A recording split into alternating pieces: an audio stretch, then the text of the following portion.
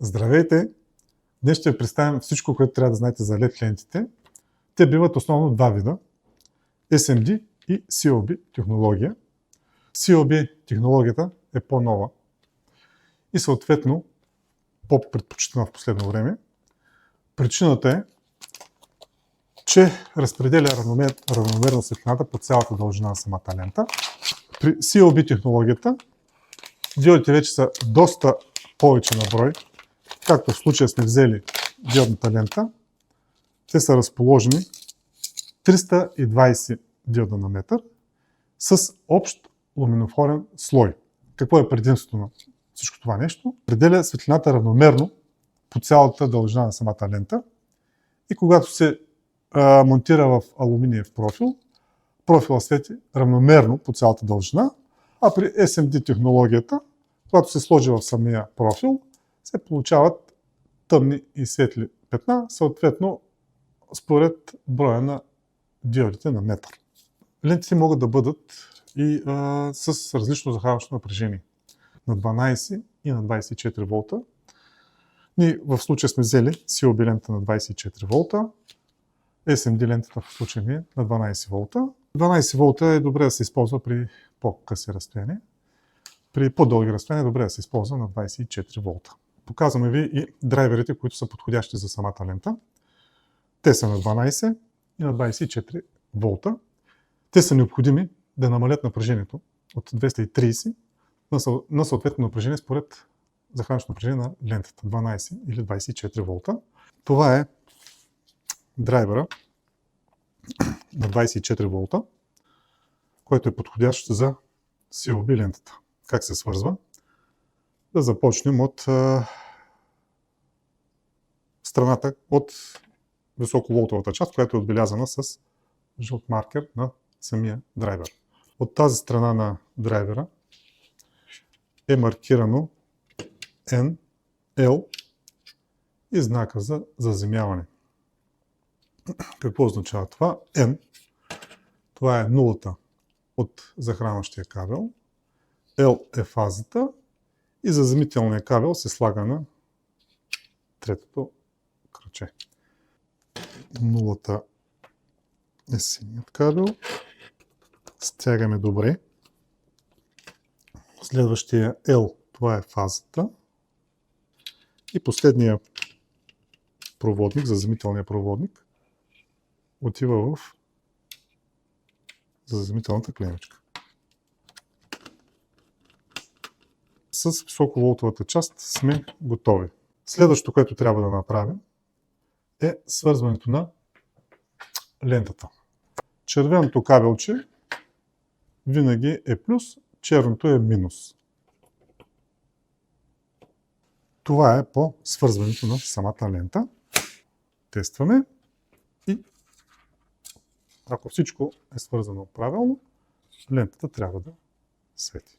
Добре е, когато избираме драйвер за самата лента, да оставим един запас от порядъка на 20 до 30%, за да може да работи безпроблемно самия и по-дълго време самия драйвер. Какво ще рече това? Примерно, ако имаме един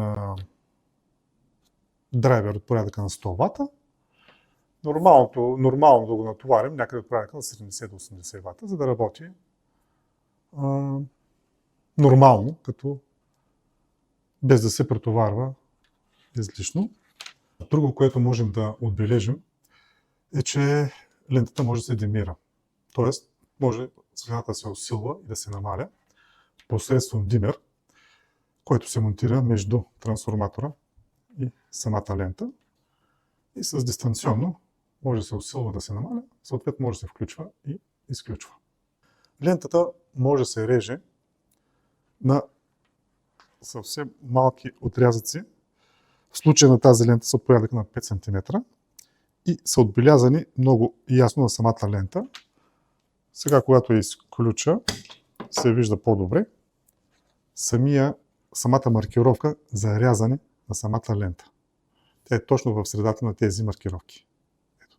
На всеки 5 см има такъв отрязък и самата лента може да се реже. Съответно, самата лента може и да се удължава. когато е останало парче лента или искаме да съединяваме лента, съответно може да се удължи. Как става това? По два начина. Един начин е с конектор,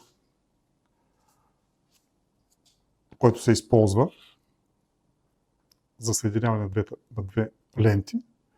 Единственото, което трябва да го съобразиме, когато съединяваме две ленти, е, че плюса на едната лента трябва да е срещу плюса на другата лента и съответно минуса.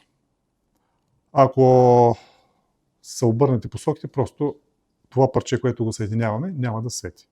И трябва да го сложим както трябва. И другия вариант, който може да се използва, също масово се използва, е с запояване на самата лента. Точно на тези две точки, те са подготвени и са предвидени и за запояване. Като пак се спазват посоките. Плюс срещу плюс, минус срещу минус. Сега ще ви покажем и едно от основните приложения за тази лента.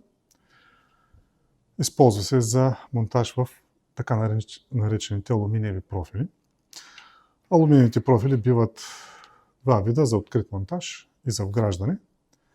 Открития монтаж може да се слага във ъгъл, може да бъде като права лента, както този. Този в случай е за вграждане, права лента за вграждане. И ще ви покажем начина на монтаж на самата лента. Самата лента е с двойно залепващо тиксо. Добре е преди залепването на лента да се почисти самия профил, за да може самата лента да залепне по-добре. Тя е с двойно залепващо тиксо, както казахме. То се отлепва и лентата се лепи в самия профил със съответната дължина. След залепването на лентата, така ще поставя в момента, се слага и капачето.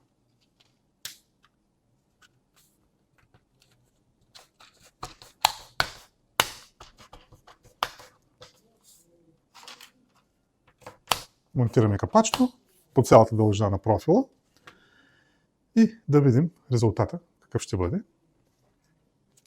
Включваме пак осветлението и получаваме ето този